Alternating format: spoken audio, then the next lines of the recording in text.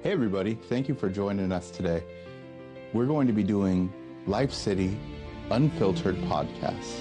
The goal of this is so that we would have unedited, unprepared, raw conversations so that people could see what it really looks like to live out human life, regular life as Christ followers. Doesn't always look put together. Today we're going to be doing coffee and conversations, one of the formats that we'll be doing, which will be a group kind of conversation. Today we have Jonathan and Jackson and myself, and this will be our first podcast. So join us on this journey because there'll be many more and we'll continue to get better. Like, share, follow to continue supporting, and I hope that you enjoyed as much as I did.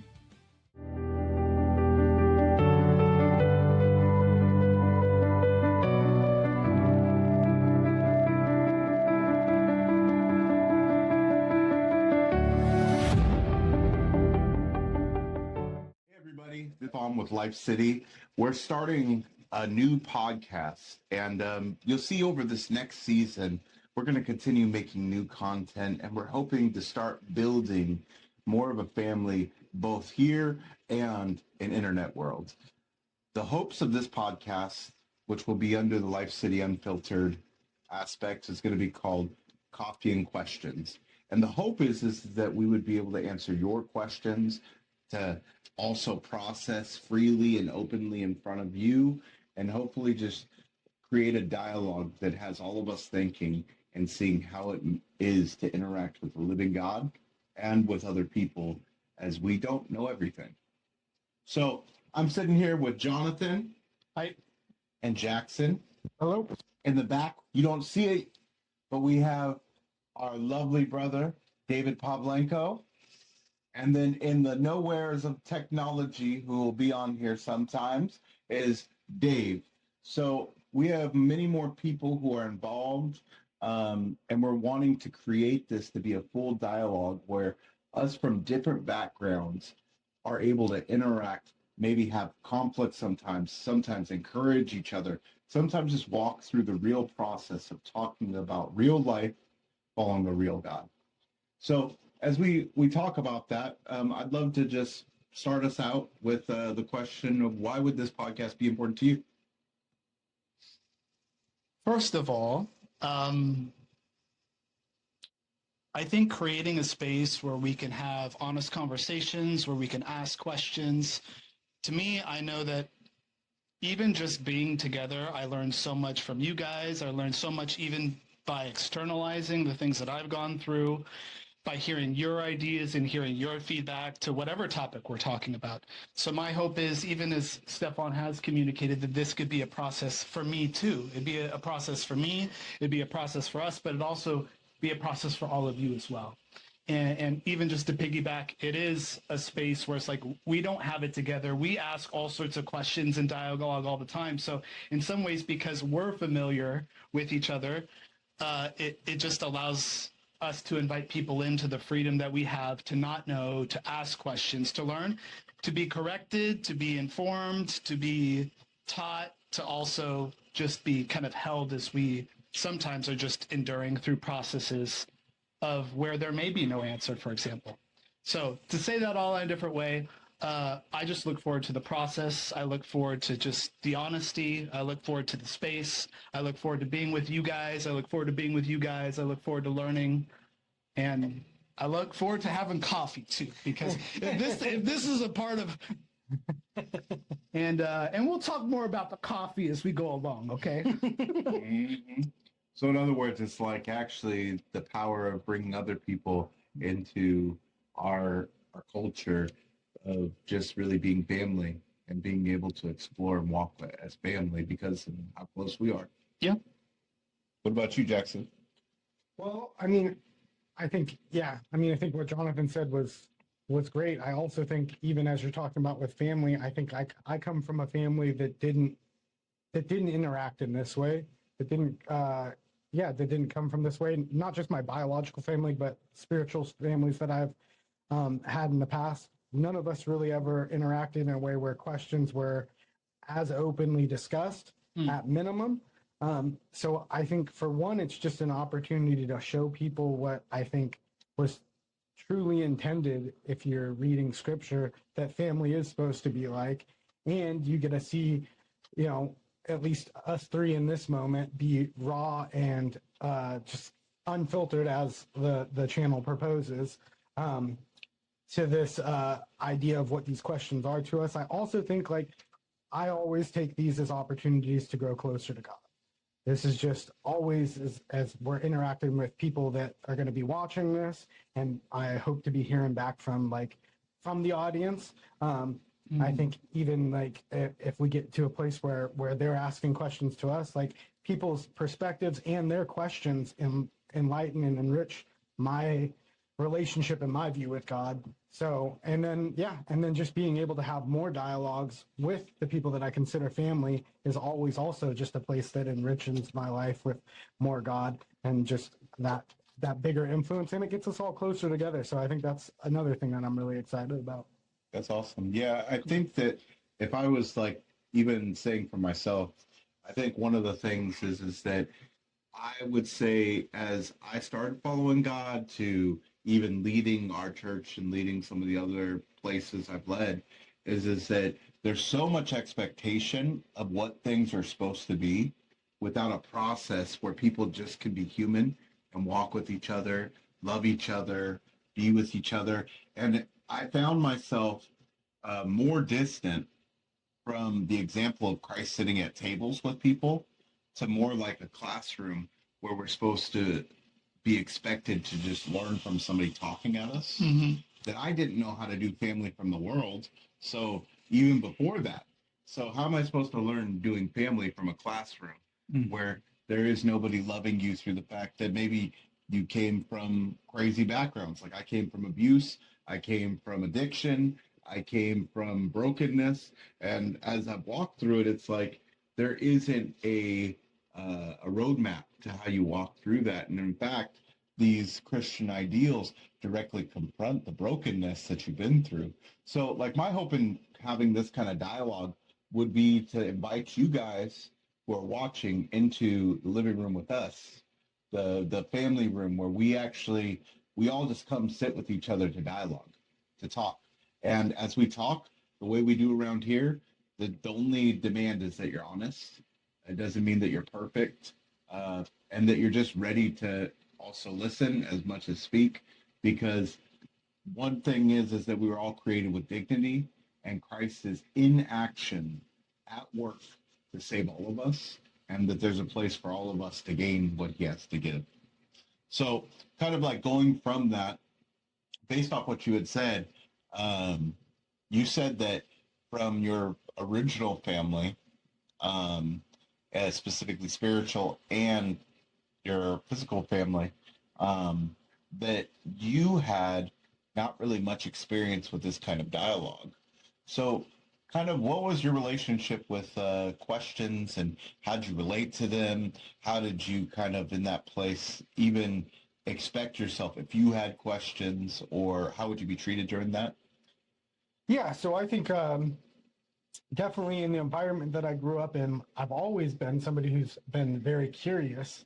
And so whether in my physical family, whether it related to religion or just other things like the extracurricular activities I was into, like wrestling, I always wanted to know more. I always wanted to be educated. Now, with my parents being who my parents are, and I love both of them to death, but they don't always have the answers, which I think if you don't, which is true of us, right? Like that's still true in our conversations today, that we don't always have all the answers. But I think if people aren't equipped with the right tools to deal with not knowing all the answers, they'll get really defensive, and they can get really like upset that you're even asking the questions. And so I think that's what I experienced a lot. I mean, I also come from a background where there was abuse in it, and there was just a lot of expectations. And part of it was, I think as a man, I was just told like I need to figure things out. So when you look at that in my spiritual family that I've had in the past, there's kind of a similar place where it was like there was this expectation of like at least not living in any sort of sin. And so if I had confusion about what some of maybe my sins may be, which is I think pretty common for somebody who's a young kid, and it's common for people throughout their lives if they're never taught, right? Yeah, I think whenever I had came to any of like spiritual leaders at my church, like there would be this very judgmental perspective on what I was doing, and instead of really answering my question and explaining to me why something was wrong, it was just like, you need to stop doing what you're doing because it is wrong. And so one of the things again that I think that just holds true to this place is that just like my family, with the culture of at least the churches that I've came from, I think it's this place where there's not enough knowledge about like maybe even why some of these things are wrong. Like a lot of the people are just raised in environments where they're taught these things are wrong, and so they know they're wrong, but they don't actually know the heart behind why they're wrong or why they're sins. And so I think that's been my relationship with with questions for the most part. So it's like always had a curiosity, but it's been kind of dig and find on your own. Or what would you say would be the narrative of like, or like, what would be the story that plays if you asked the question? What did you think would be seen of you or thought of you? So I mean, I think if I was in the church asking questions when I was younger, it was often very much a story of shame and guilt, where it was this heavy judgment that was put upon me that I shouldn't be living this life, without any sort of explanation as to why, right? And then just trying to guilt me into not doing the sin anymore, which to me was never an effective tactic, because because I'm a curious person, so I would want to know why something was the way it was, without feeling like I was condemned for even wanting to have that question answered. And so I think, which I will also say, like, I do think the heart behind most of the people that I have interacted with in the church was not a heart of like hate towards me. I just think, again, this is a place of like how were interacted with and the way that they've gotten those questions answered, right? And I think that like one of the beautiful things about like the culture that we're bringing is it's something that's able to like rewrite that story and change how we like try to communicate about these things. Amen. What about you, John? So is this questions that we are allowed to ask like in the church, or is this just kind of open-ended when we were Open-ended. Open-ended? I think whatever history has showed you, like, Because I was kind of a naughty kid at church. I didn't really ask a lot of questions in church until like I became a teenager, and then you kind of just never ask questions. But it's interesting. I think. were you the kid that asked if Jesus pooped? Was I the kid that asked if Jesus pooped? No. Okay. I mean, it's funny because like when I was younger, I don't feel like until I started needing answers, I didn't ask questions. So, I mean, I lived in Beaverton. Grew up kind of, I would say in some ways like a sheltered, very comfortable life. But then when I hit teenage years, it was just like there's lots of things going on inside. There was things inside the household. My dad had a marriage before my mom and my older brother and sister, and they were in and out of the household at different times. But then with friends, there was lots of things that happened outside the household that made me ask these big questions, like why, I never asked the question, like, why do bad things happen to good people? But I'm like, why is there all this pain? What do I do with this pain? What is, if there's this injustice or the people that I was encountering with were going through these difficult things, then what was the solution? There equally had to be something like naturally that I believe that there would be something true and good and beautiful, as opposed to something ugly and painful and in secret and in the dark.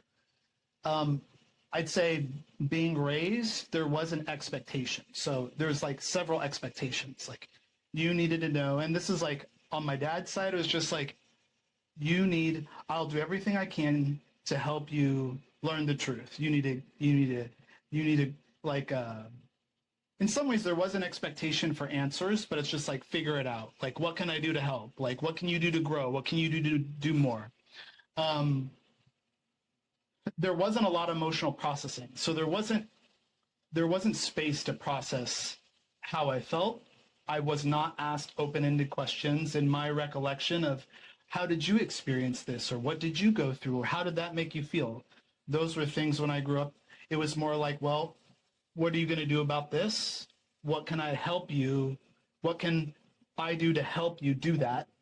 And then there was the expectation really of performance. So it was a lot of, in the household that I grew up in, it was a lot of like, what can we do to do the right thing, to hit, my mom's like, you need to get good grades. My dad's like, you just need to keep doing the right thing and go as far as you can. And you're expected to be a leader. You're expected to grow, these different things like that. So I would say in some contexts, there was encouragement to ask questions, to learn and to grow. But there was, in other contexts, there was not permission to have space to process things that I didn't understand, like emotions, or even just my own kind of like private world. Like I would say it was a performance background, and you can help clarify if I'm not being clear. It was a performance background where it wasn't as much about what I was experiencing or how I was internalizing what I was going through,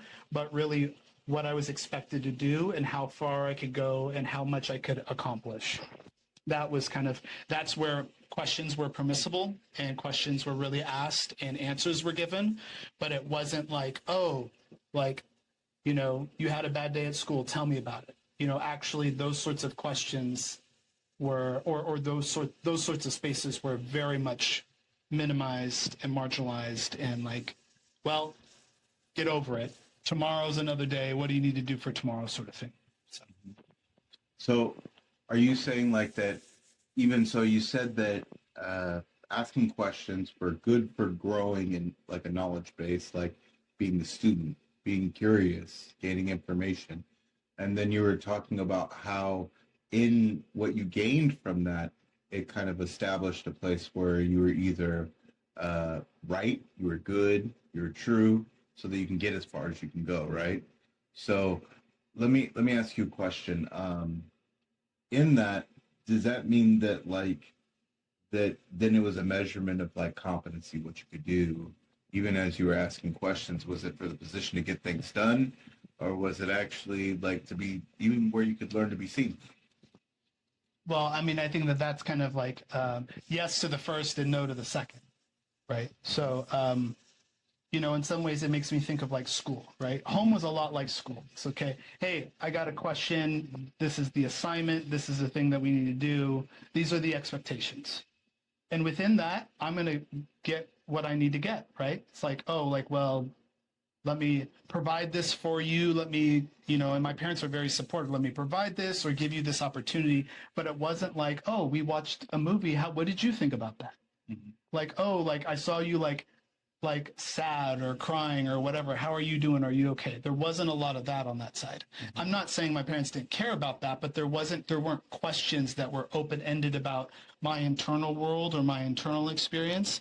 But there was the space to, like in school, ask questions, have opportunities, like and be provided opportunities to grow too. So. Yeah, so kind of like you were in a place where it could foster even the intellectual gains that you could have, but it was not a place that the questions were there for expression. Yeah. Did you have a desire for like that ability to be seen that you were aware of at that time, or? That's a great question, because I would say not until later, because to me, when you kind of grow up in that environment, you're like, actually, I could see where like I took on certain coping mechanisms when I was a teenager because there was no place.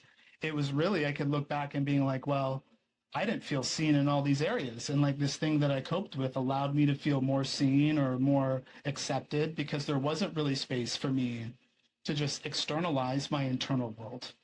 I would say I didn't learn that as a value until a lot later, but I'd say being in it, it was like it's kind of like you're born in water. You're convinced that it's not walking on dry ground. It's like I'm swimming everywhere, right? So this is the environment that I'm participating in. So it was really like, well, how do I get ahead? What do I do to accomplish this? Or it was just like, I am not going to swear on this podcast, but forget that, forget that. Well, so, it's like, and I don't want to, I can extrapolate, but for instance, like, it's like, oh, my dad's like, you're going to get a scholarship because you're half Peruvian, right? Okay, great. I got a full ride. And then it's like, when you get it, you're going to go into engineering because that's what I did. I'm like, I don't know, but I don't really know what I'm going to do. And I got a scholarship to do engineering. But then again, I'm like, no, this is not really meeting me. And I'm just like, I'm not going to go to class. You know what I mean? It's like, I'm going to go to sleep. And then eventually those things kind of came to terms and there was some changes, but that was kind of like, it's either I would participate with it as much as I wanted it. And as I had more independence, I had more choice. But when I was younger, it was kind of just like, well, and I'm not saying that's not all there was. I would say in terms of how it was, the expectations and the socialization of it. But I was a kid too. I played sports. I was occupied, and they allowed me to be preoccupied by other things. But I would say, to answer the question, until I was out of it, I couldn't see that I was in it, or that there was another way of kind of participating in almost like a family environment. We are talking about family. Like, it didn't really occur to me until later, and then ended up moving to the Middle East. And some of that was all social. It was just like, well, what do you do? Well, you don't go do fun things because like, there's not like thinking about actually sitting around coffee and smoking shisha. Not that I smoked shisha back then, but it's just like what they do is they go and they sit and they talk. So that was really a different environment that I was like, man, I like this environment a lot. I could stay here for a long time, because it's very different than being like, and I had to learn, I was like American, and Americans are very task oriented and very much like, how do we get to the next thing? And being in that different culture, different environment, I'm like, oh man, I have a choice. I had to be kind of confronted with those choices. But speaking about smoking shisha and drinking coffee, can I get a coffee refill, guys? Oh, there's a coffee. Oh, yeah. No, see, I knew it was over there. Hallelujah. Yeah. My question I want to ask, but by the way, show them your feet. Show them your feet. The feet of Jesus. Yeah, these are the feet of Jesus. Oh, they're beautiful. They're looking at my feet. If you didn't know, it's 1,000 degrees up here, everybody. It is.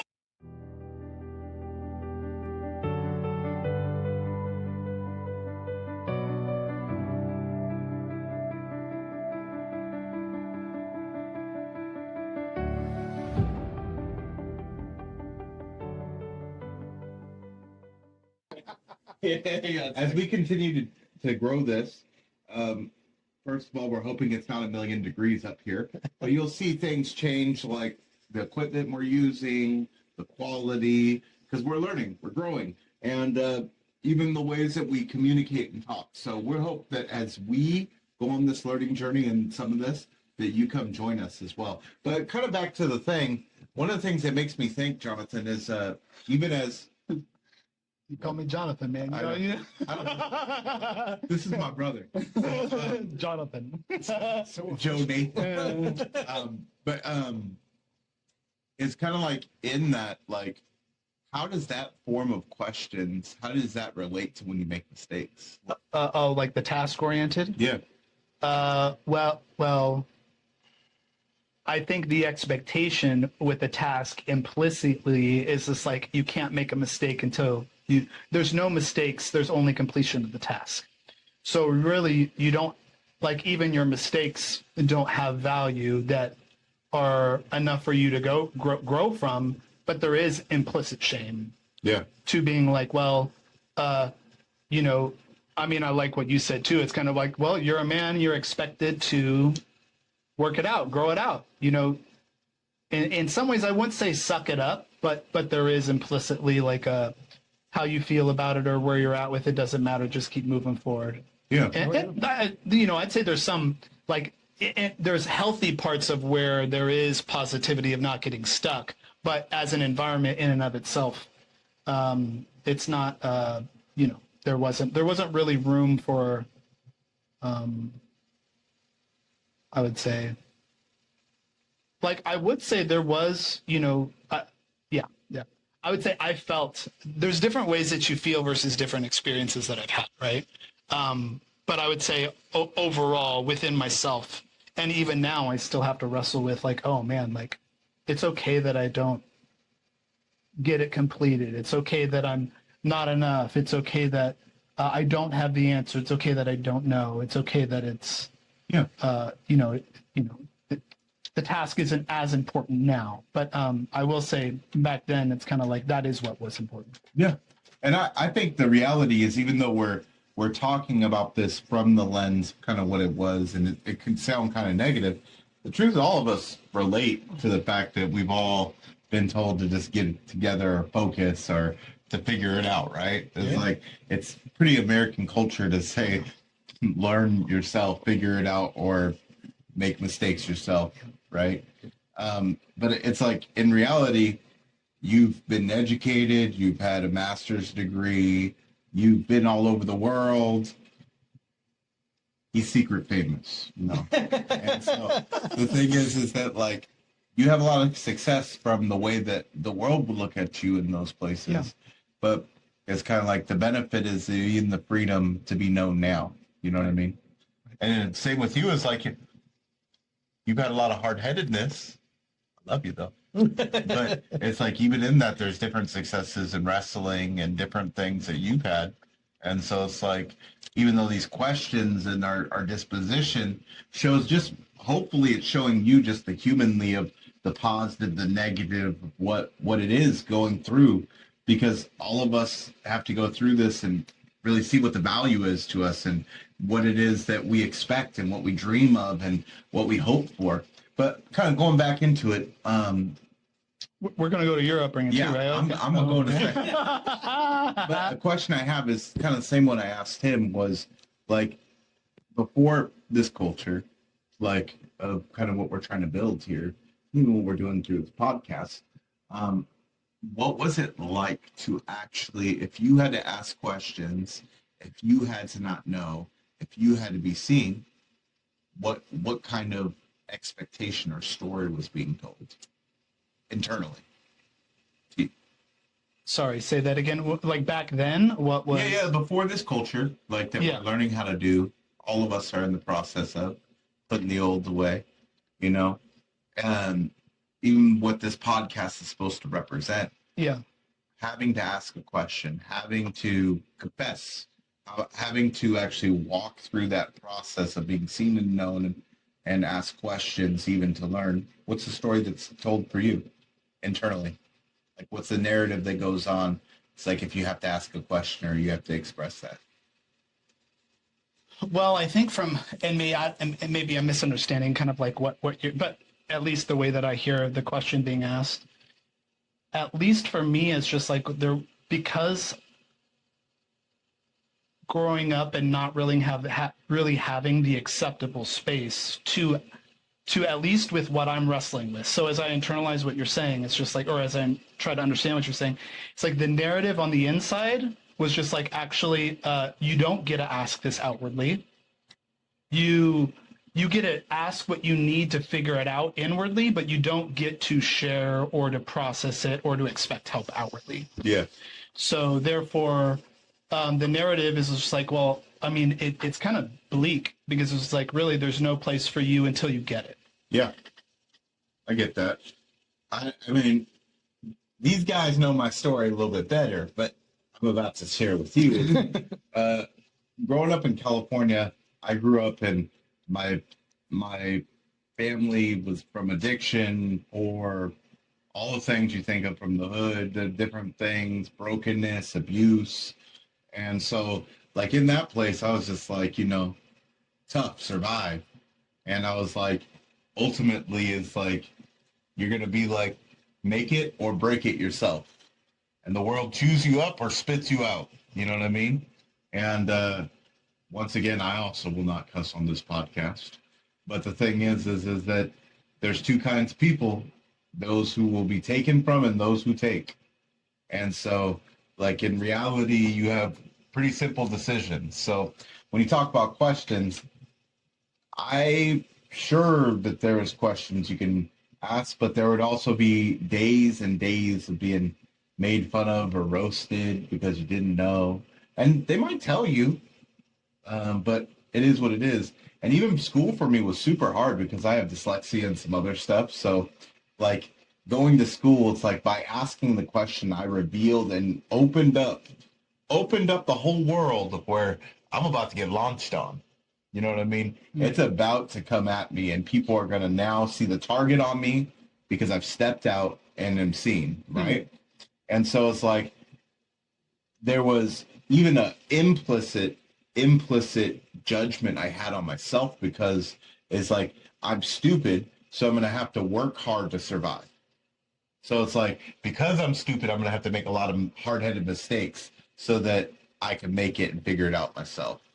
And especially if you knew me when I was younger, for those of you guys who know me, sorry. The reality is that if my fist couldn't solve it, if my anger couldn't solve it, if I wasn't charismatic enough, then I just keep trying at it and blow it up enough times until I made it to the other side.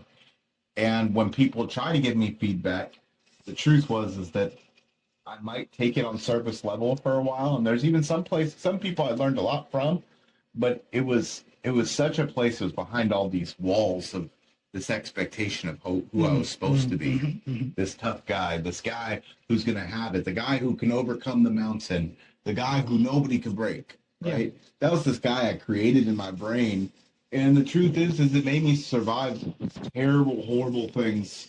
But the truth is that as I grew up, before I was saved, it set me up to be somebody who, like, did what was good in my own sight and found myself in a lot of trouble.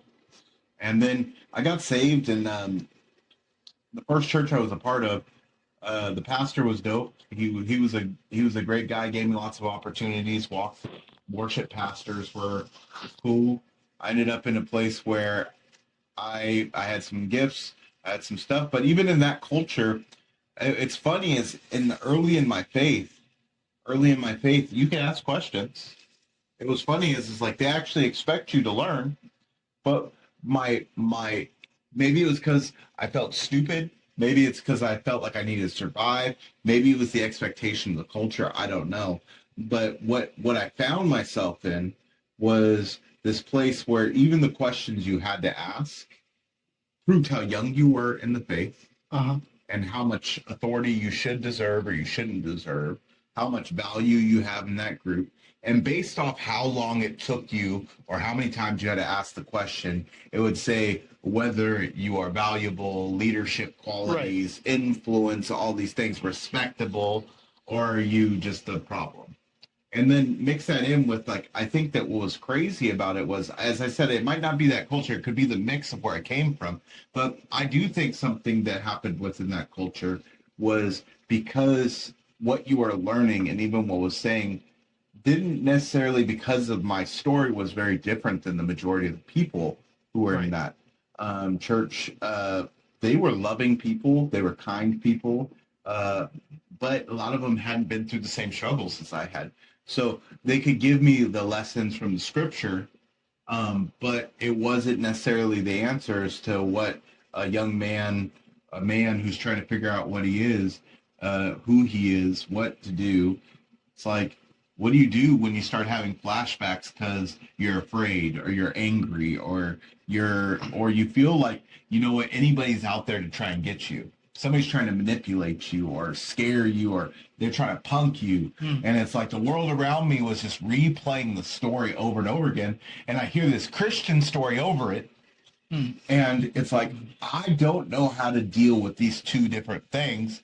But the thing is that it was almost like in the mix of that is the questions that I had already had, that I had permission of, slowly became not that I have questions to try to bring those two worlds together, but it started becoming, for me at least, a place where those questions were so I can memorize the right answers.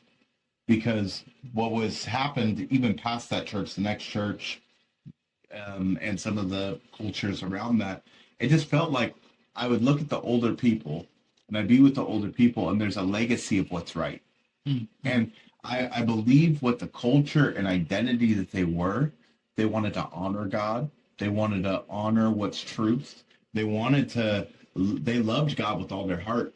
And they thought anything that could stand up against that truth should be treated as a lie. But I think that in the middle of it, it left a place where I could learn the right information. I could learn the process.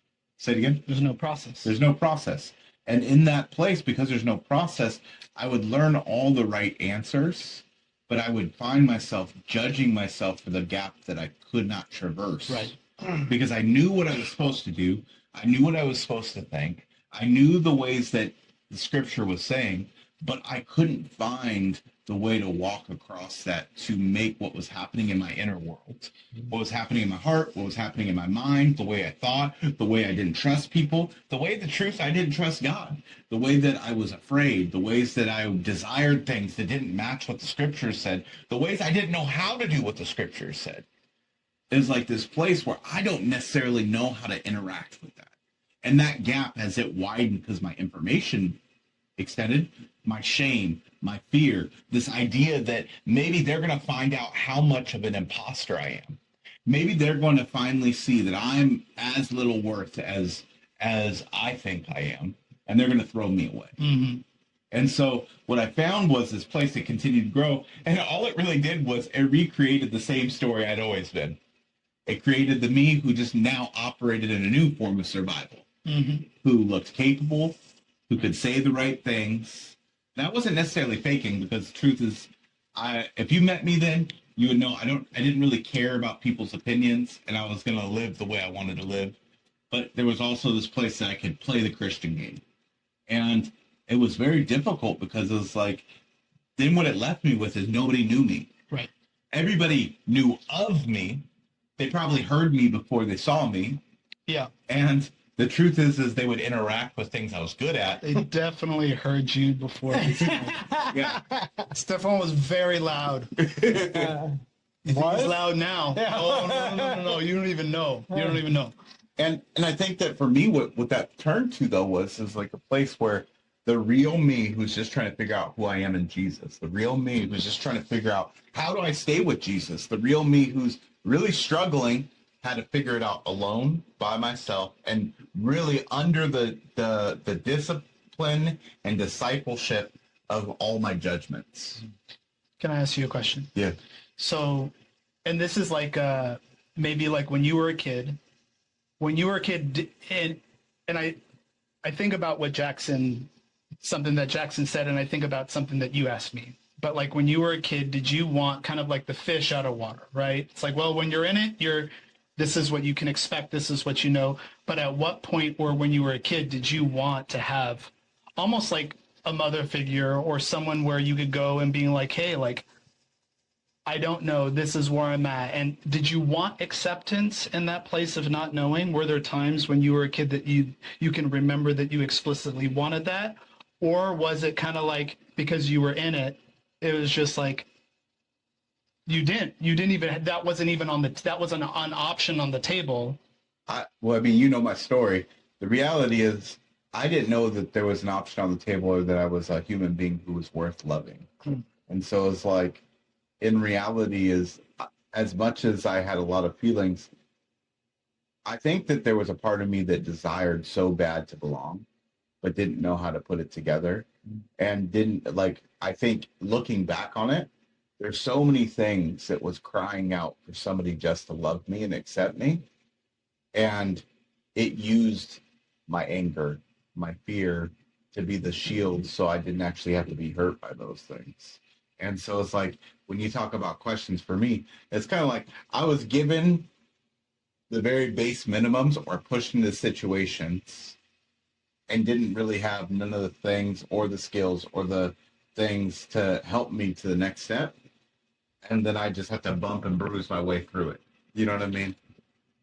Yeah, I think kind of like, I don't know, and I don't want to interrupt you as you're like sharing more. And I know I just asked you a question, No, it's all good. but even as the three of us are talking, like it's like, well, even what it means to be a man, or the truth, or just what we have to do to survive, right? Mm-hmm. It makes me think of like, I don't know, we're all talking about our mama wounds today, because in some ways it's just like just wanting to be loved, just wanting to be seen, wanting to be held within a process, like, and also just like, I mean, I think when we're talking about, well, what narrative do we still live with? It's just like, I don't know, the implicit question that it makes me think of asking, you know, us or myself too. It's just like, well, do I want that? Because we've grown up with the narrative that's just like, well, I just got to get this done. Yeah. Do I want the love? Do I want the acceptance? Do I want the space to process some of these things? And I don't know, like I can see, like that's why I asked, like when you were young, did you want that? But also like, I think some of it too, I would say now, do you want it? But also I think about myself too, because it's just like sometimes it's easier to be task oriented. It's easy to put the old tape on repeat because that's what I learned to believe where my value was. Kind of like as you're saying, like there's a lot of values surrounded by like, well, and consequence, right? It's just like you are rewarded by being tough, by being strong, by getting through it, by kind of fitting in, and you are pumped, you are shamed, you face consequences for a long period of time if you don't. Yeah. You know, and almost just like, I mean, I think knowing that that's like that internal, I mean, what's the narrative that we carry is what is the battle that we are fighting, really, to just be loved in the midst of our questions. Yeah. And it just makes me think of being held too, because it's just like not all questions have answers. Yep. That are in that moment with what God is doing. I think the idea of the truth in the world is like every question has an answer. Yeah. But I think in our human experience, we are not predicated off of our questions and our answers. We are predicated off of our need to be loved, our being seen, and that comes to our stories that are quite unsavory at times. And I'm on purpose not sharing parts of my story on this podcast. I would totally willfully share with anybody who wants to know it, maybe at a different time. But like, even like reality is for me, love in the narrative was people who love you or places that are supposed to care for you will hurt you. And if you open yourself up to any of it, it will abandon you and find every way to stab you in the back. Yeah, I mean, so I just wanted to piggyback off your question a little bit, because I think like what follows the question of whether or not you want to be seen or loved and heard, right, is actually like, and I think this is a good question for all of us, and this is like, when was the moment that you knew that you needed those things? Because, I mean, I think like all of us can talk about times probably today where we still struggle with wanting to be seen, but I know like the God that I serve tells me that I actually need to be seen in these things. Amen. So yeah, so I mean, I so I think the question of want, because like I think that's true. I think there's a point in my story where like I think there was at least a moment that I can think of where I was like, okay, I actually want these things, but that's a battle, right? Like that's not a constant, as much as like I knew when I came back to the church that I actually needed these things, and it really didn't matter whether I wanted it or not. Well, I mean, that's in essence the next question. Yeah. Amen. Yes, sir. Yeah. Yep. Yeah. I think for me, like kind of like going with that is like that narrative of those wounds and all that stuff really just set me up to, I didn't want it. And it wasn't until like the last 5 years that I've even expressed or explored needing it. And it's only because I feel like I could not get to where God was calling me or face what God is asking me to face without Right. opening myself up Right. to it. And so, like, even kind of going back to where that left me in with the church is it's like I all of a sudden was super, there was some really equipped parts of me in leadership and with the right answers. But there was also parts of me that was so young and so foolish and so like hot mess, right? And I really just had thousands of internal questions that were waiting to be asked. But it's like also there was my wife who knew me, maybe. And Jonathan knew a version of me, but it was like really nobody knew what I desired. People didn't even really know what I loved and hoped for. You know what I mean? It's like they knew the entertainer me. Right.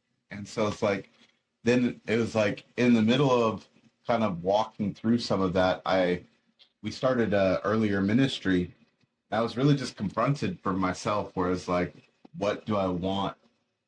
Like, what do I want? And it's like, well, what I want isn't what I had.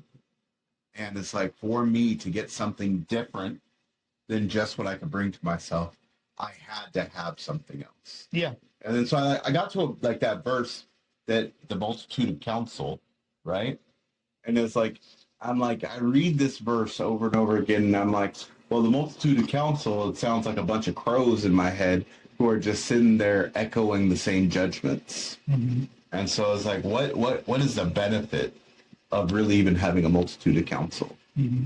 What's the point? And then it's like, as I sat, I mean, for you guys, those out there, I spent a lot of time thinking about Jesus as he really like interacted, where he ministered, where he did things, and discipleship became probably the biggest subject I spent my time on, and even now is our ministry's probably most serious heart central thing, because I was like, I hit this point where it's like, really, I'm not the only one who doesn't get the process or give myself permission for the process. Mm-hmm. Or really, there isn't even anybody who's like fighting for people in the process to get through. You know what I mean?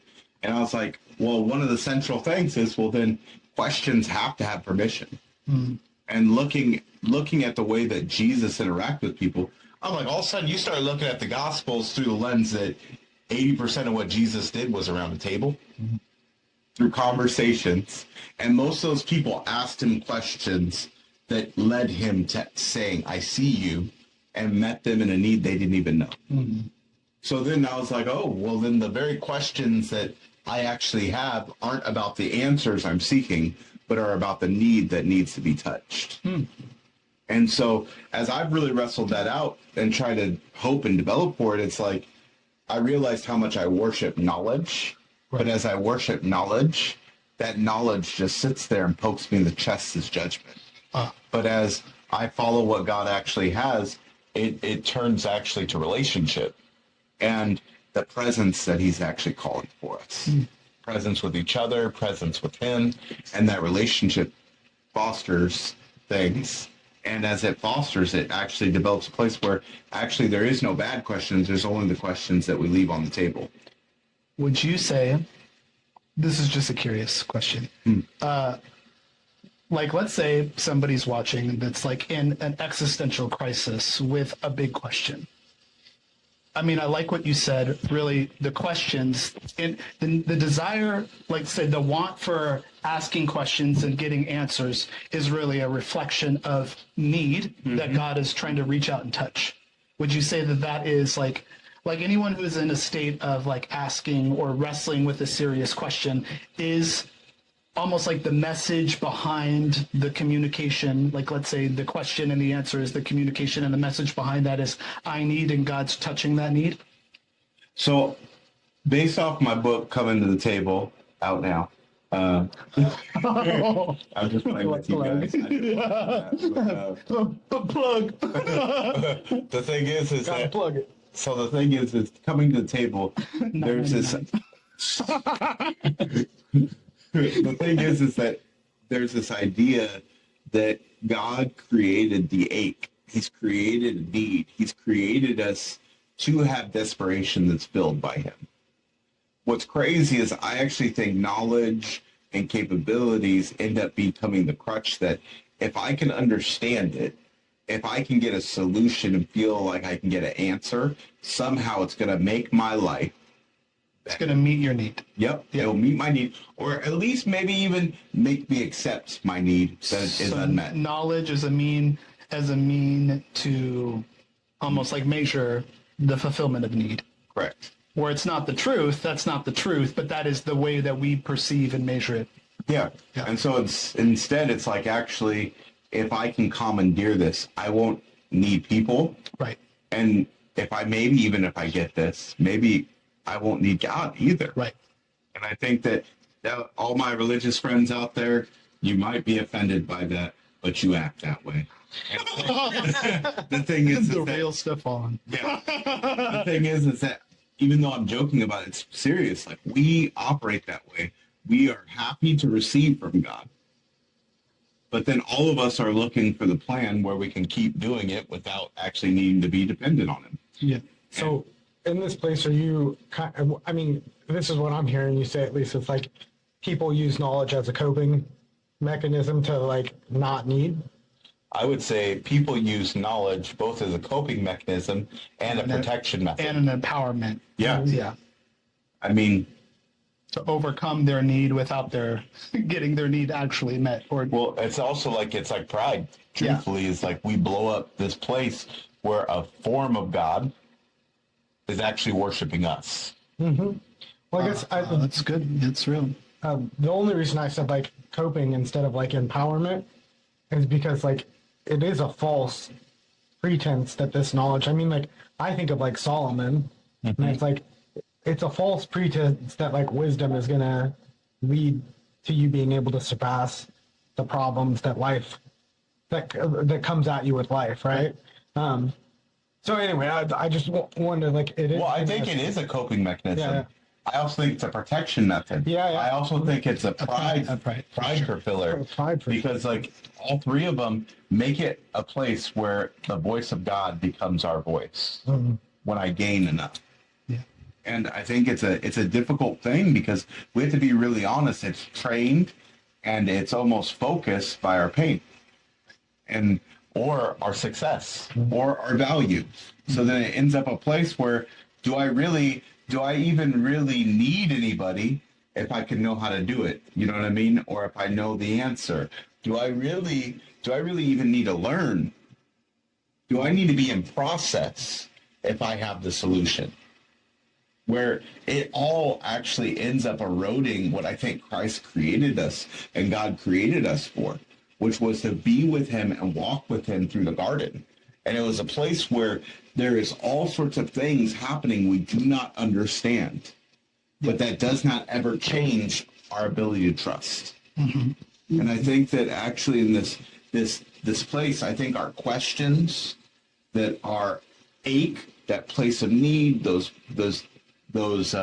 desires, that lack, that limitation, was always supposed to be a place to foster deeper relationships with God and with others, because actually in that place, it shows the heart that's for us, it shows the heart that's with us, and it ultimately even shows the heart that's in us, because we no longer have to pretend or protect or be something else.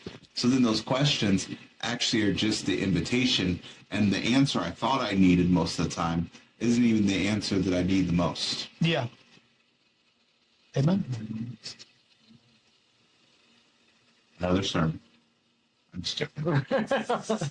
It's so hot here. It's 91 degrees. Yes.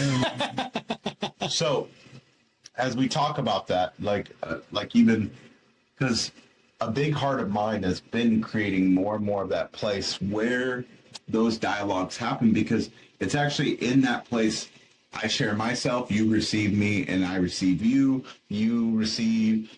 Dave back there receives. All of us receive, right?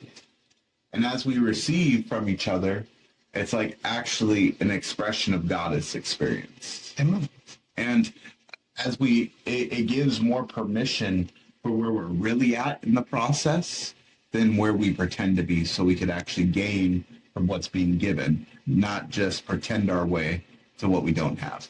Amen. And so as we're creating that, I think that all of us have actually participated over the last bunch of years with that new thing. And it's changed the way I love. It changes the way that I interact. And most of all, it changes how many mistakes I have to make, right? But some of them I still make the same mistake over again. But at the end of the day, that's my hard-headedness. Going back to, I'll just say this real quick. The question you asked, when do you want it? The truth is, I still struggle most of the time to want it. Right. But what I do want is obedience to God. So it's like, Right. I will risk it and continue to eat from its fruit. But like, there's some days it's hard because I don't want it because I'm still replaying the old record. Right. But I definitely have experienced over and over again that it's fruitful. So as we think about that, and we participate with this culture that is asking these questions, as we're offering for them on this video, on this podcast, to come and join us in questions.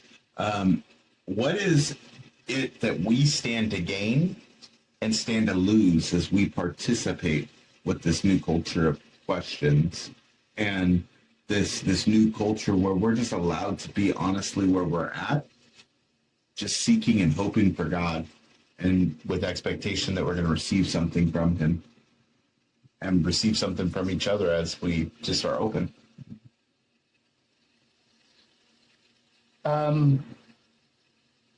What do we stand to gain? What do we stand to lose? Well, it's interesting. I don't know. I think some of it,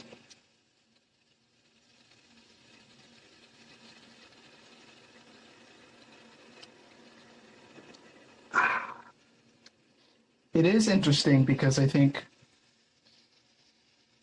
I would say, if I were to answer the question before, and I'm going to get to your question, I'd be like, I don't want to, I feel like I've learned enough that I don't want to be me kind of like without God. I've experienced enough of God to being like, oh, there's this invitation to just stay with him. It's to stay in process. It is the invitation to be loved. It is the invitation to be seen. It's the invitation to like fail and have limitations and struggle, but be accepted, right? In some ways, I mean, maybe that is the answer to the question. That's what I stand to gain. I feel like it is not something that I always want because I find more security in what I've always done, right? Especially when I feel like I don't have enough. I feel like I failed. I feel like I don't know, right? So it's just like, well, when I feel like I failed, when I feel like I hit a limitation without understanding it, I'm just not enough in that moment, or that I don't know how to move forward, it's just easier to go back to like, well, what do I do know and how do I manage that? And it's the right thing to come back to what I know and to manage it and to move forward. It's not like, oh, I can just be present with those three and just in some ways like almost like trust on a God that's going to like carry me forward, show me the way, but also just like accept myself without almost becoming like, you know, it's like, I don't know, I think of like, I don't know, mechanical, right? Like the Tin Man or something like that. Wanting a heart, but at the same time being like, oh, well, I could just go back to, you know, these kind of easier ways of doing things. I would say maybe in a different way it is to just be more human. Like one of the things that I feel like God's been, even like the last 2 days, because challenging me is just like, I know that Jesus specifically, like there's times when I can see him and I see what he's doing and I can participate with him, but it's such a different season to just like receive his love and his care and his presence that it's kind of like, oh, well, actually I'm beginning to see where I'm blind because I'm just in a tunnel looking for the end.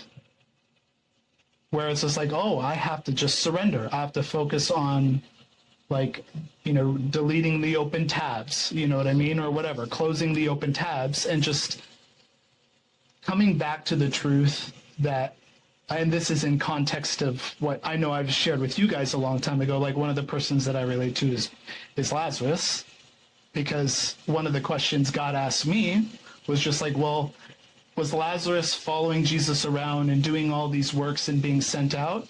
Or did I create him actually to just be Jesus's friend? and really for Jesus to just save him, and Jesus to want him, and Jesus to trust himself with Lazarus.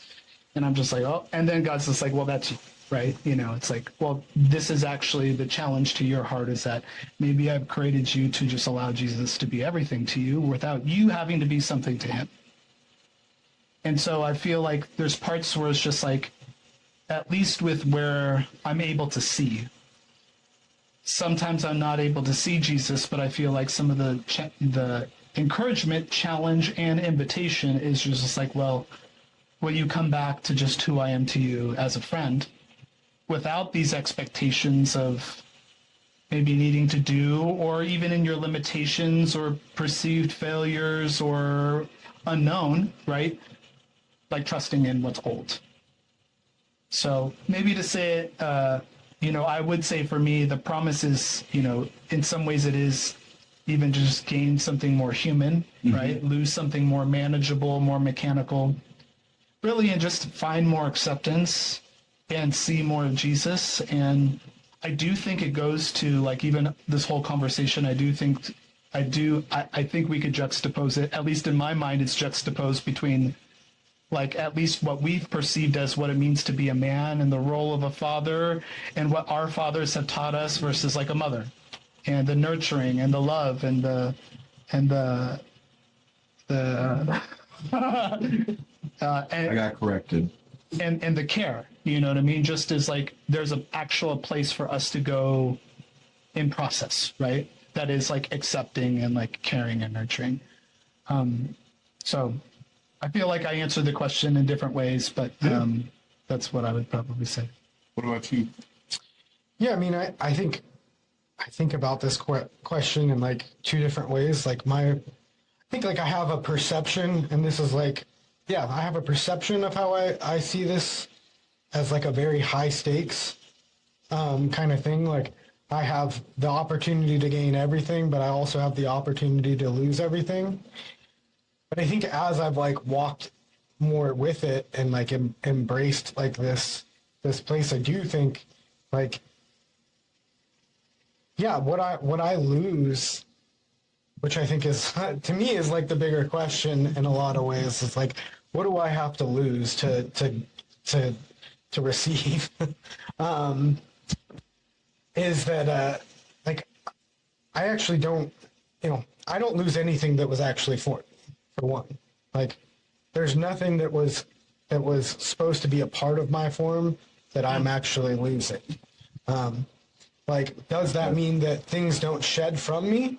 Well, no, certainly do. They certainly do. I mean, again, like we didn't go into our full stories, but I mean, in my past, like I was not a great person. Like, and I was a pretty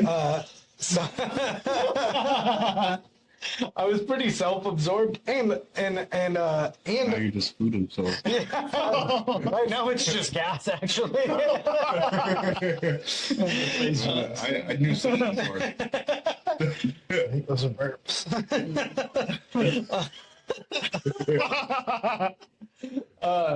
But I think it's getting to us. Sorry guys, sorry. Like, so yeah, I mean, like I certainly have like had to lay things down that I would say were protections for me. Like I was a jerk and somebody who would take advantage of people because it was a way to keep myself protected. I wouldn't be vulnerable or have any sort of relationship like this with people. I mean, to peek a little bit into my past for a small example, it's like I've known Stefan for about 10 years now, and for probably the first 6-7 years of it, Stefan was continuously asking me to go and get food with him or just hang out with him in any format. And because I had a lens to some extent of what that relationship would look like if I entered it, I was like, I'm cool. And I wouldn't participate with it because from the first time I met Stefan, like, and just we spent a weekend together at a men's camp out, and like vulnerability was pushed. even in this small window of time. And so for me, it was like, oh, you're asking me to do things that are way outside of my boundary. Yeah. And I mean, and that's even a great way to put it, right? Like, oh, you're asking me to step outside one of my boundaries. And so, like, as for things that I have to let go of, it's like, okay, well, if this is my family, if these are the people that I'm choosing to walk life out with, if these are the people that God's put in my life, and I want to be obedient to God in this, well, then I actually don't get to choose boundaries. I love what you said in the last sermon of how boundaries are a gift, but they're not one that you give; they're given from God. That's such a good. That's a stinger right there. Because yeah, who doesn't want to have their own boundaries that they can set up? And I mean, and then how would I be able to participate in the family that I'm able to participate with now? Well, I just would. Right. Because none of you guys would know who I really am. And the only person that would know who I really am would be somebody who I can't really interact with because he's asked me to participate with these people in this family. Amen. And God can see who I am, but he's like, we can't unless you open the door. Amen. I can just stand here and knock. Yeah. You know? And so as far as what I gain, I think the real truth to that is everything. I mean, I think you're explaining it in a real great way of like, you get this relationship, you get this sense of protection that it's outside of the ways that you felt protected before. You get this sense of peace and this, which again, like I love the definition of that, like I think it's in Hebrew, right? It's like, that's fullness, right? And Wholeness. And Completion. yeah, and completion. There you go. Holding. And so. Do you want me to help? So we're gonna end every podcast.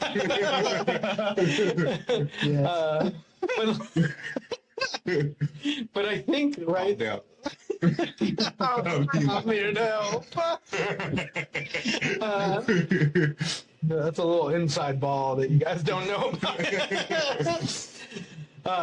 But I think, right, like that wholeness that you're able to fill with, like, which does actually, like, when you have that form of peace, it does fit the modern standard of peace as well. It's a much more, complete version of what it means. Impersonal. Impersonal. And so, like, I mean, you gain so much stuff, and there is a fear in the things, and there's definitely difficulty in the things that you have to let go. But I mean, like, it is an interesting place to recognize. And again, I think this is something as I walk through it that I get more and more like recognition of, is that these were never things that were a part of. Mm-hmm. These were all things that I had to create along my path and my journey, or that were just, that were formed in me through whatever the culture I grew up in, my family. Right. But they were never what God had designed me to be. And it's like, and it's like, well, and God knew me when he knit me when I was in the womb, it's like, so like I was already designed to be a certain person. And anyway, so I just think as far as like how I still wrestle with perceiving it is this place of it's a very high stakes where it's like maybe I could gain everything, maybe I could lose everything. It's like I just bet my house on blackjack. Yeah. And then, but the reality is it's like, no, the more reality is like I didn't bet my house on blackjack. It's more like, like God's already ensured that if I just lay this, like put my chips on the table, that it's gonna be a win. Yeah. And so it's like, I mean, yeah. So I mean, it's like having Rain Man in your corner. to stick with the poker analogy. Okay. Everyone needs. You better edit that one out. The thing is that when we talk about this, like for me, we're almost wrapped up here. I'm going to say, for me, when I think about this same subject, I'm also a person who really sees two very different experiences that happen.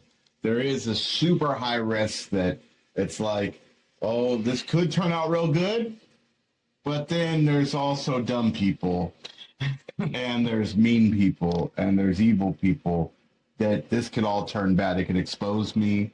Or even worse, one of the real things I think travels through my mind, this could do nothing. I could have just exposed myself and nothing happens. Mm-hmm. And I think when those things, like where it's like, I could be all destroyed, I could be hurt, I could be kicked, I could get bad information, it could lead me astray, I could fall, all these things. All that stuff really like rests there. But then there's this experience that happens where it's like, I think of the scriptures like 1 Corinthians chapter 13, like it's like love, hope, and faith, right?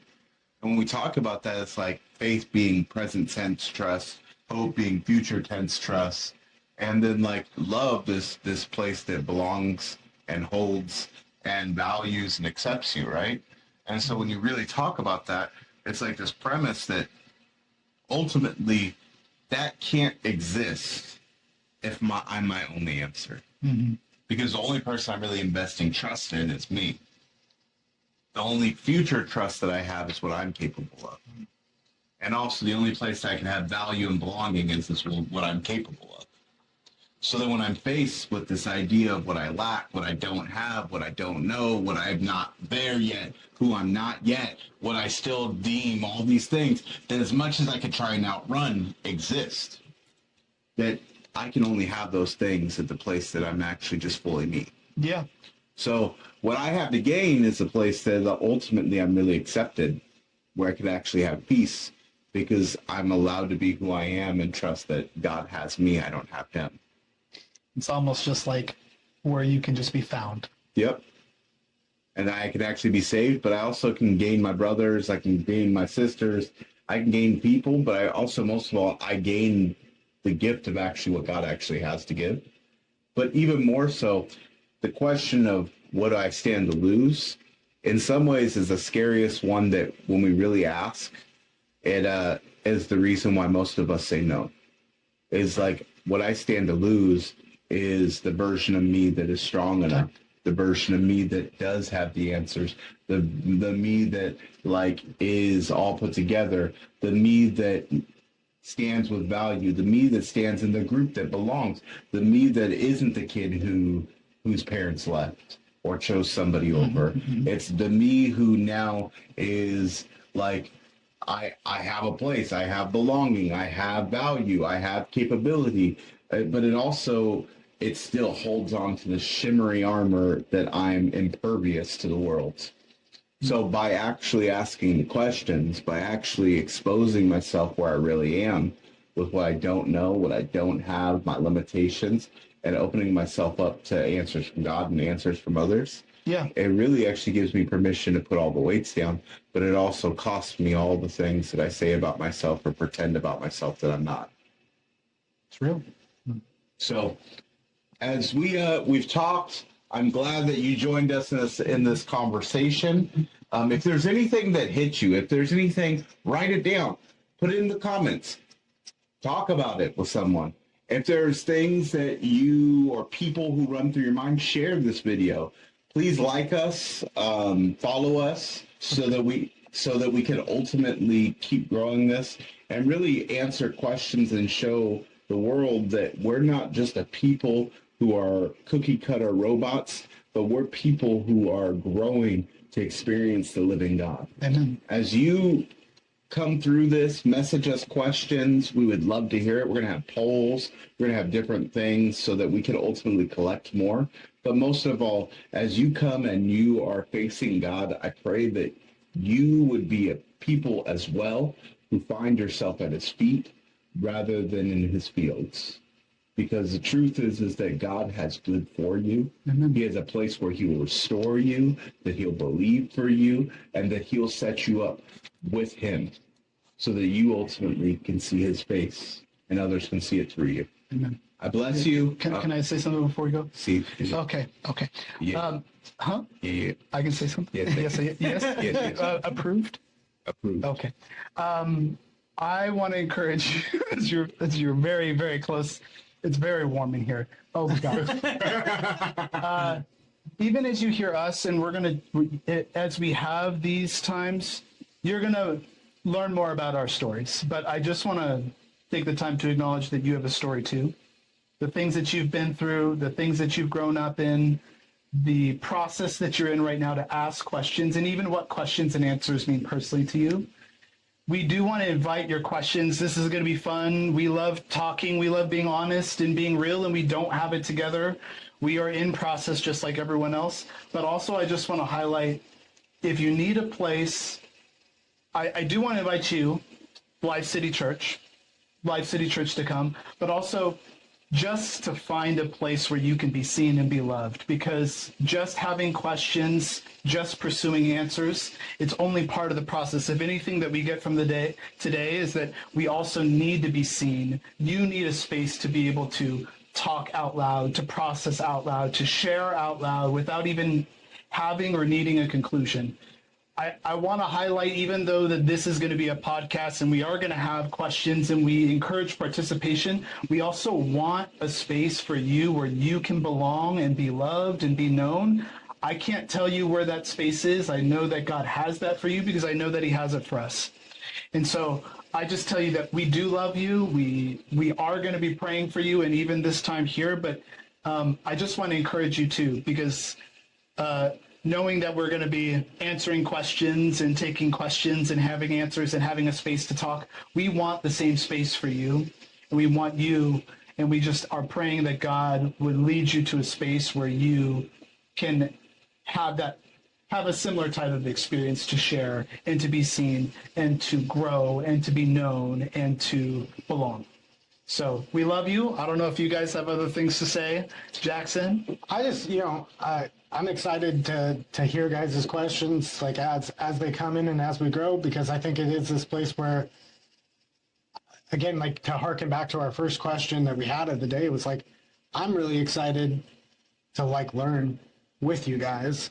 And so, yeah, as Jonathan was saying, we're all in process and we don't got it all figured out. And this is like how we get to learn. This is how we get to know Jesus more. And so, yeah, I'm just excited. Mm-hmm. Cool. Well, I'm going to close us in prayer, and then keep following us to see as we launch more. We'll get into a regular schedule of this, and we look forward to hearing from you. Lord Jesus, I just pray right now that your presence would minister to whoever is watching this video as much as it's ministered to me as I participate with this conversation. I pray that you would encourage us, you'd bring us peace, and you'd bring us joy. But most of all, Lord, I pray that you would bring us into your presence, and you'd bring each person into your presence to experience what you have in wholeness with them. I pray that even as they have weighty questions, they have things that haven't been answered, they have places they don't understand and they don't know, they have places that don't make sense based off what they've experienced, and there's places where you make utter sense. Lord, I pray that they would find where they could actually lay that at your feet and experience and receive what you do have for them. I pray for the community that's for them, but I also pray for the way that you have set before their feet to continue with you. I pray that you would continue to knit identities into people, that you would continue to illuminate the real human interactions of people walking through life with a God who's actively rewriting their story. I pray that you would continue speaking a new story over every single individual who hears this, but most of all, I pray that they would be people who would continue to reflect you and walk out what you have. Help us, Lord. Help us be with you. Help us reflect you, and help us continue to let go of what doesn't look like you.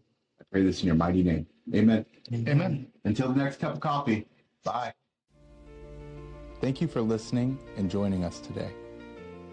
Please keep your eyes out for us on all the platforms, because we're going to be on those soon. This may have been the first, but there's many more to come.